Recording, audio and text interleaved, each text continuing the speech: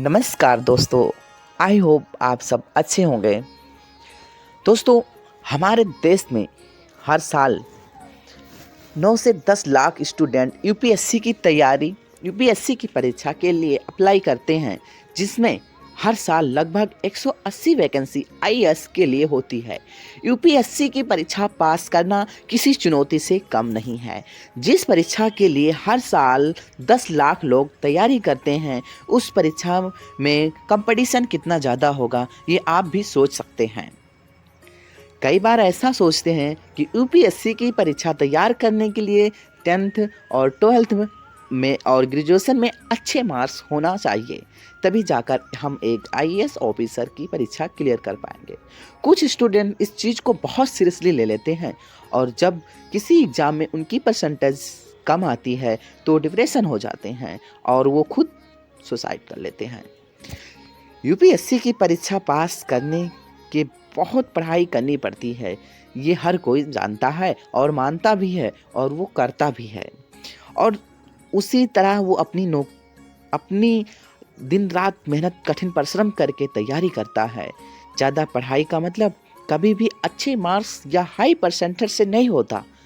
IAS बनने के लिए आपको ज़्यादा पढ़ाई की नहीं, बल्कि बेहतर नॉलेज यानी बेहतर जानकारी की ज़रूरत पड़ती है।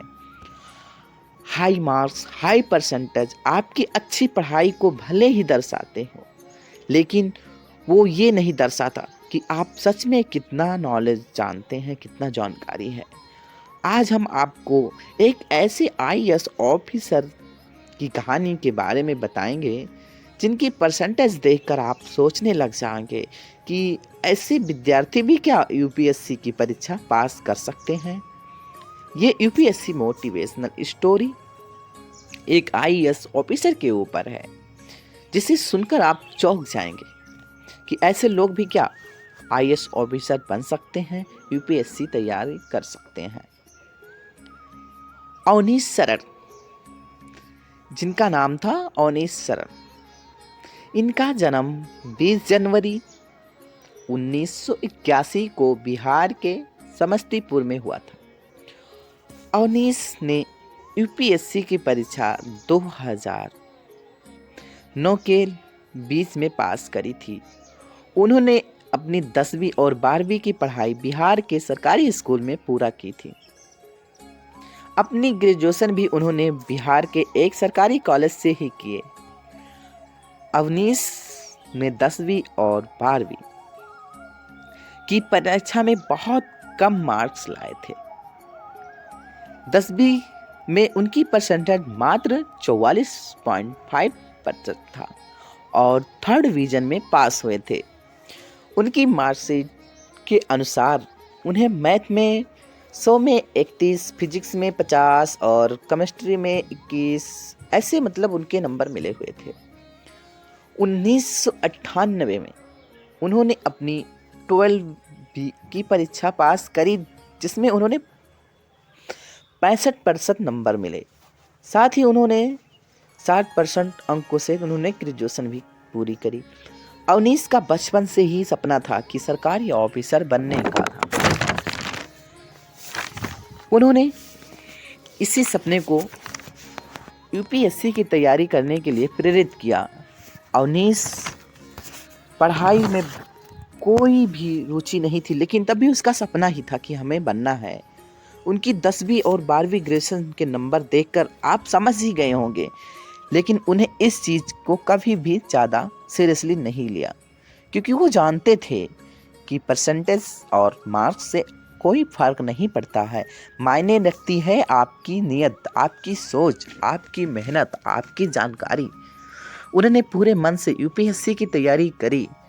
अपनी कड़ी मेहनत और लगन के दम पर साल 2009 में उन्होंने यूपीएससी की परीक्षा क्लियर कर ली, जिसमें उन्हें 77वीं रैंक हासिल हुई और 2009 के बीच में आईएएस ऑफिसर के लिए चयन हो गए।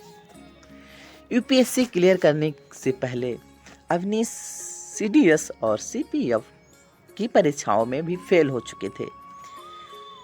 स्टेट पीसी की परीक्षा में भी वो 10 बार फेल हुए और फेलर होने को भी उन्होंने कभी अपने सपनों के आगे आने नहीं दिया, टिकने ही नहीं दिया।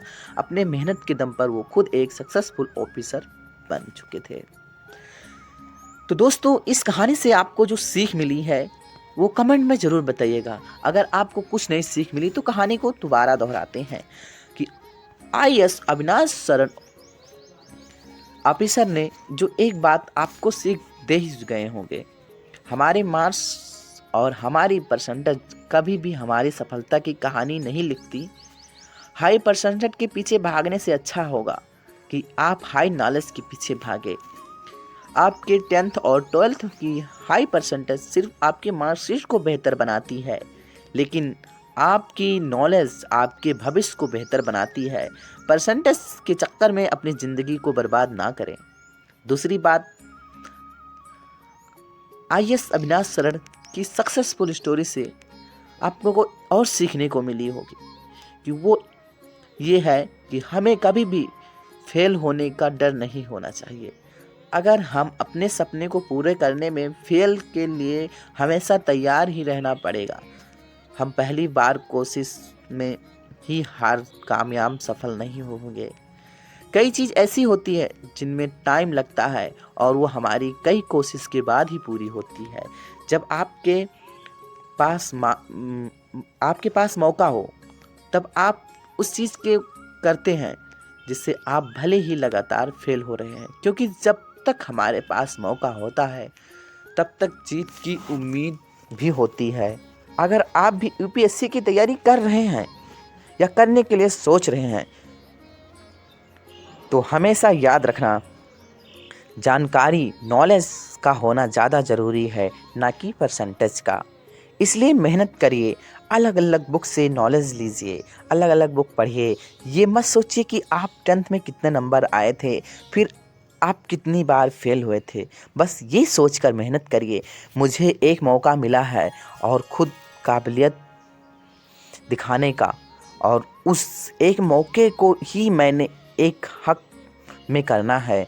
दुनिया की बात को भूलकर अपनी पढ़ाई में लगे रहिए, सफलता आपको ज़रूर मिलेगी। I hope UPSC motivational story से या इस प्रेरणादायक कहानी से सीख मिली हो।